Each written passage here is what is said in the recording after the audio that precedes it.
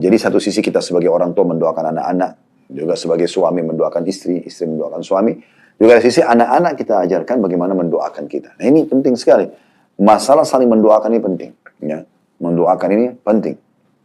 Di antara doa adalah sering mengucapkan salam. Telepon, WA, ketemu, ya. Setiap ketemu ya. Misalnya seorang tua dari kamar, keluar menuju ke ruang tamu. Ada anak-anak di sana, ucapin salam. Atau anak-anak pada saat keluar dari kamar, lihat orang tuanya dari ruang tamu, atau di ruang keluarga, atau di meja makan, salam. Biasakan salam. Dan lengkap, Assalamualaikum. Semoga Allah ya, memberikan keselamatan buat Anda dunia akhirat. Warahmatullah. Dan semoga Allah memberikan rahmatnya. Rahmat ini karunia, rezeki kepada Anda. Wabarakatuh, dan semoga keberkahan juga diberikan kepada Anda. Keberkahan artinya kecukupan. Nah, ini teman-teman sekalian penting, dihidupkan. Doa-doa tadi, salam kita hidupkan ya. Ucapan-ucapan yang positif juga. Ya. Ucapan-ucapan adalah selalu ucapin. Walaupun sikap dan perbuatan pasangan ataupun anak-anak kurang nyaman, lebih baik kita doakan kebaikan. Misalnya kita mengatakan, semoga Allah berikan engkau hidayah. Semoga engkau menyadari kesalahanmu. Semoga engkau keluar dari kemelut dan godaan syaitan ini misalnya. Dan seterusnya kita doakan. Ya. Jadi terus kita doakan. Sa'id bin Musayyib rahimahullah berkata, saya terus ya meningkatkan sholat saya. Dia bilang sama anaknya, demi untuk kebaikan kamu. Supaya Allah menjaga kamu. Nah, ini adalah metode-metode yang bisa kita gunakan. Jadi yang pertama, jangan lupa doa. Maksudnya sini sholat, Sa'id bin Musayyib adalah dia berdoa juga. Karena sholat itu adalah doa. Dia berdoa mendoakan anaknya. Ini yang pertama teman-teman. Supaya kita mendapatkan keturunan yang ideal. Yang kita harapkan. Bakti kepada Allah. Bakti taat kepada Allah dan Rasulnya. Ya. Kemudian bakti kepada kita sebagai orang tuanya. Baik dengan saudara-saudaranya, sanak kerabatnya. Ya. Ini harus hati-hati kita jaga ya. Karena saya melihat di anak-anak yang Allah amanahkan di pundak kami. Mungkin Bapak Ibu juga yang punya anak bisa merasakan ini. Bagaimana syaitan sudah menanamkan pelanggaran-pelanggaran agama kepada anak-anak dari kecil. Contoh misalnya kalau kita memberikan makanan. Seringkali mereka alihkan ke tangan kiri untuk makan. Kalau orang tuanya tidak peduli ini.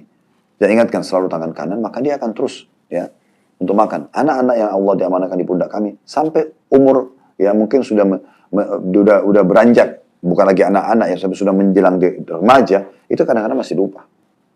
Maka perlu kita ingatkan, kan gitu. Itu contohnya ya. Jadi kita harus ingatkan hal-hal yang seperti ini. Begitu juga pada saat doa-doa secara umum, kalau mau keluar rumah, masuk kamar mandi, ya kita hidupkanlah ya suasana tersebut. Jadi yang pertama adalah mendoakan. Ini yang tidak kalah penting untuk kita perhatikan baik-baik ya. Dan diantaranya adalah tadi doa sudah kita baca. Rabbana hab lana min azwajina wa dhurriyyatina qurrata a'yunin lil muttaqina imama. Rabbi auzi'na an syukra ni'mataka allati an'amta 'alayya wa 'ala walidayya wa na'mala salihan tardah wa aslih li fi dhurriyyati inni tubtu ilaika wa inni minal muslimin. Kemudian unsur timbal balik adalah anak-anak kita ajarkan rabbi ghfirli wa li walidayya warhamhuma kama rabbayani shaghira, dan mulai kita masuk ke masalah mengucapkan kata-kata yang baik ya. Bagaimana kita mendoakan supaya dapat hidayah, supaya Allah buat mereka menyadari kesalahannya, supaya keluar dari pelanggarannya dan segala macam hal. Nah, kemudian yang kedua adalah perlunya kita menjadi seorang praktisi.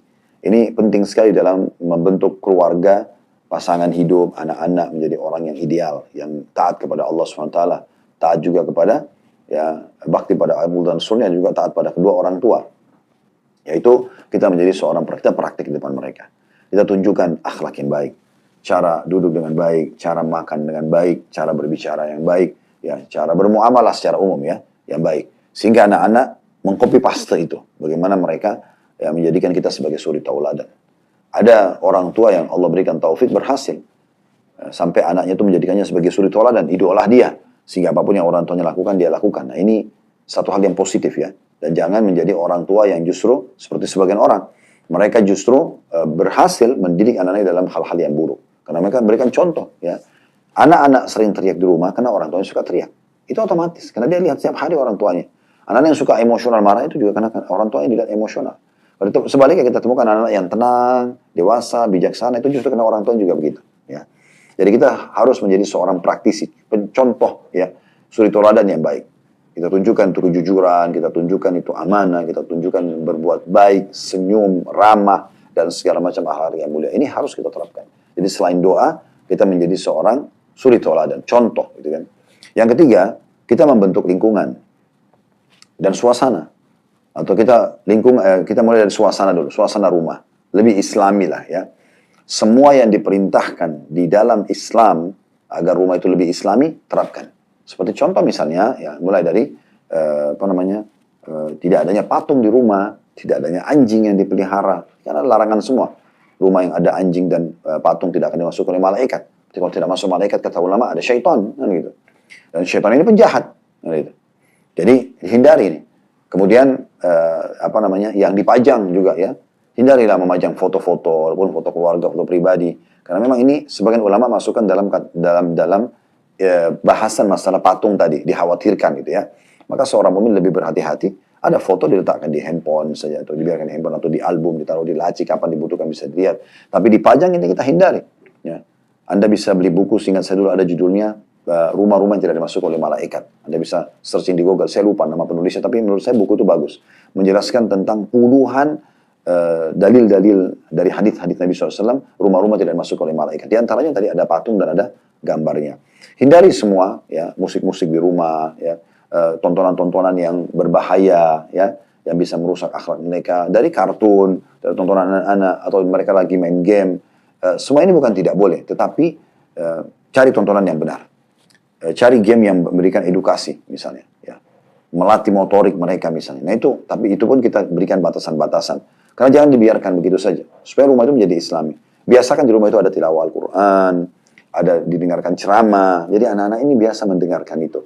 Sehingga mereka menjadikan itu sebagai nanti cita-citanya atau pola hidupnya ya. Berapa banyak anak-anak yang pada saat orang tuanya meninggal, mereka mengenang sekali apa yang orang tuanya lakukan. Ya. Saya sering duduk sama sebagian keluarga atau sebagian orang yang mereka justru membahasakan dulu ayah saya, dulu ibu saya, mereka menukil apa yang orang tuanya lakukan atau pernah sampaikan sebagai pesan.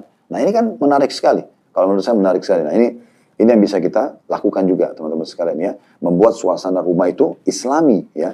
Selain tadi juga sering mengucapkan salam misalnya. Kemudian juga perhatikan masalah WC ya. Yang ada larangan Nabi SAW untuk menghadap atau membelakangi WC. Klosetnya, mohon maaf. Klosetnya gitu kan. Kemudian biasakan juga menjaga tutup aurat dalam rumah ya. Walaupun ada hal, walaupun boleh misalnya wanita, anak perempuan tidak berhijab depan ayahnya, depan pamannya. Tapi ada batasan-batasannya. Jangan juga terlalu vulgar, gitu kan. Menganggap ini karena ini mahram boleh. Nah, namanya manusia, tetap aja ada syahwatnya, kan gitu. Ini berbahaya, maka harus hati-hati. Ya, makanya dalam bab zina itu yang paling besar adalah zina antara mahram. Naudzubillah ayah sama anak, misalnya, atau ibu sama anak, atau ponakan sama tante dan paman, misalnya, atau saudara sama saudarinya. Ini kenapa? Salah satu metodenya salah satu penyebabnya internal adalah karena penampilan, kan gitu. Jadi juga harus ada batasannya. Tetap pakai pakaian yang santun walaupun di depan mahram ya. Yang terbuka oke lah, misalnya rambut, leher, mungkin tangan untuk umum lah ya. Tapi kalau sampai dada, misalnya perut atau paha mendekati kemaluan, ini semua harusnya dijaga gitu ya. Nah, ini suasana-suasana seperti ini ya, yang Anda pajang di dinding pun kalaupun harus ada misalnya, maka pajangan-pajangan misalnya kaligrafi ayat Al-Qur'an ya, memang ada pesannya di situ ya, ada pesan yang disampaikan. Hindari gambar-gambar justru yang bisa mendatangkan hal-hal yang tidak diinginkan ya, atau pelanggaran-pelanggaran agama. Ini semua pembentukan ya rumah yang Islami itu ya. Jadi di semua sisi kita bisa mengurung diri kita dan keluarga di suasana Islami. Nah, lebih seperti itulah ya. Dan coba cek, mungkin banyak di antara asatidzah kita sudah menyampaikan metode-metode seperti ini. Selain yang kami sampaikan, mungkin ada tambahan yang bisa Anda jadikan sebagai tambahan ya, wacana keilmuan kita tentunya. Nah ini cara dan yang terbaik untuk kita bisa didik ya. Ini yang ketiga. Tadi suasananya. Yang keempat ya lingkungan. Nah lingkungan juga ini penting ya. Misalnya Anda cari tempat tinggal yang lingkungannya lebih safety, lebih aman. Ada masjid, ada aktivitas majelis taklim, sehingga Anda pun sebagai suami ataupun sebagai ayah, kalau lagi safar Anda tenang. Karena lingkungannya aman. Kan gitu. Kemudian mudah menjangkau hal-hal kebutuhan mereka. Seperti misalnya adanya minimarket, adanya kebutuhan-kebutuhan ini kan butuh ya.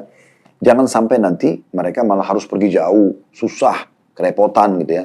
Contoh, walaupun di masa sekarang sudah ada online, tapi tetap saja kita memudahkan lingkungan-lingkungan. Lingkungan itu lebih islami lah ya. Makin islami maka makin baik. Ada komunitas maka makin baik. Itu satu hal yang baik. Dan salah satu tolak ukur adalah adanya masjid.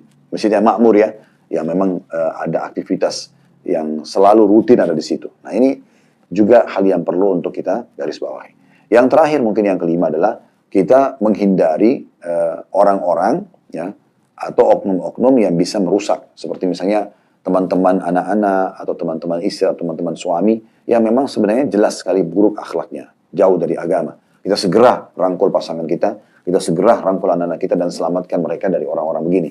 Dan Anda sebagai pasangan hidup atau sebagai anak, kalau diingatkan oleh pasangan hidup atau diingatkan oleh anak-anak atau diingatkan oleh orang tua, terima masukan tersebut. Nah, ini positif sekali. Nah, ini adalah hal yang positif ya.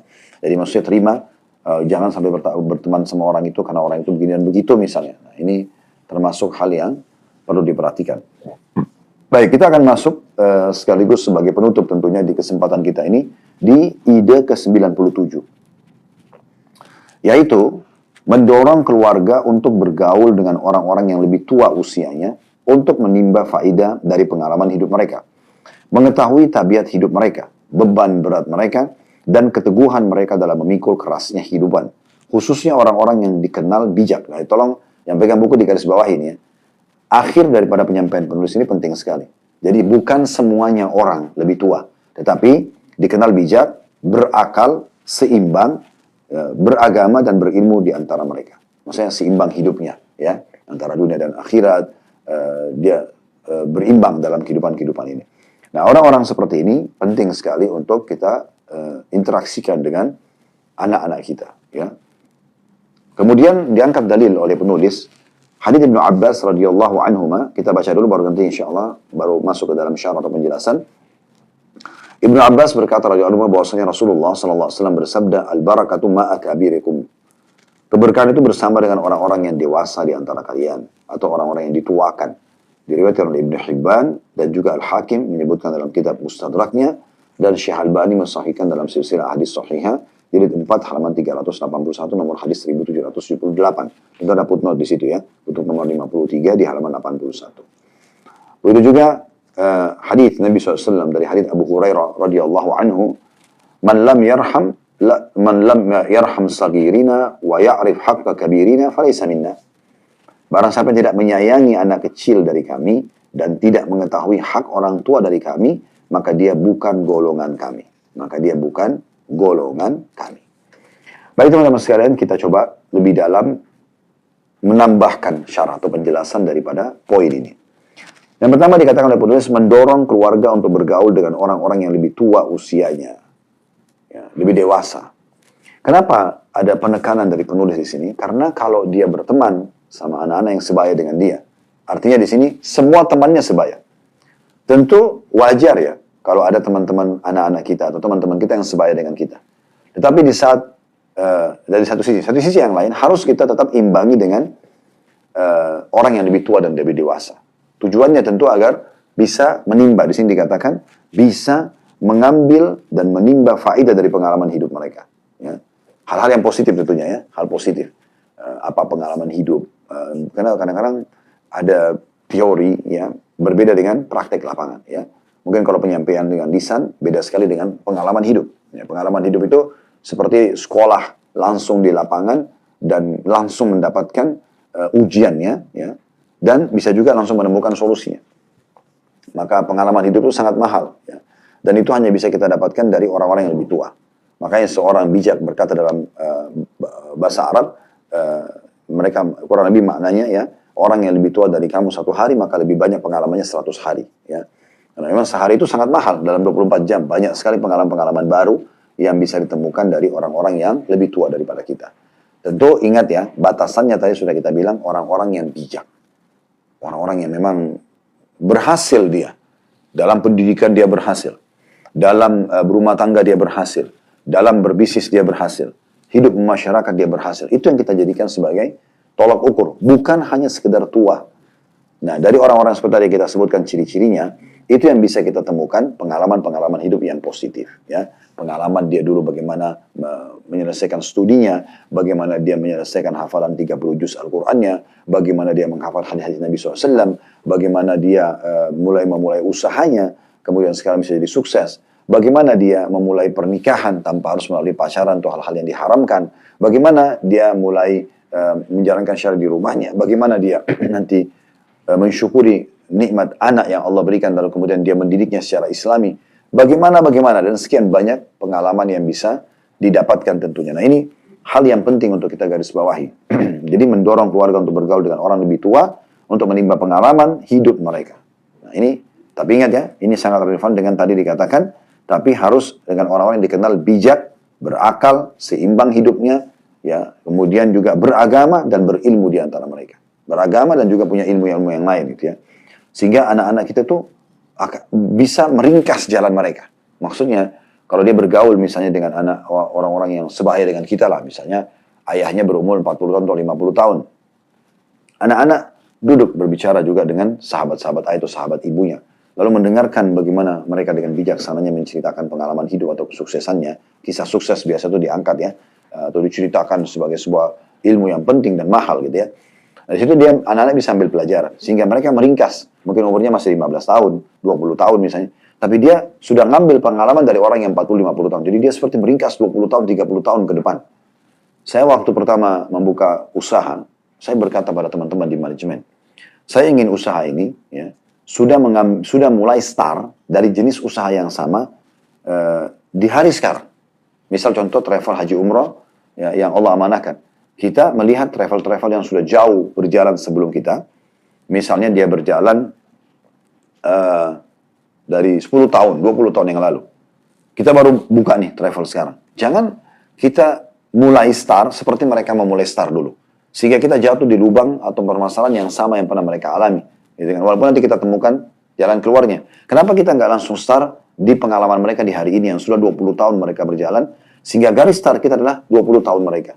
Kita bisa bayangkan 10 tahun ke depan seperti apa ya perkembangan usaha kita misalnya. Contoh, dalam masalah dakwah begitu, dalam masalah kehidupan seluruhnya bisa kita seperti itu. Jadi kita bisa dapat pengalaman yang sangat mahal. Begitu juga mengenal tabiat hidup mereka. Bagaimana mereka memanage kehidupan mereka.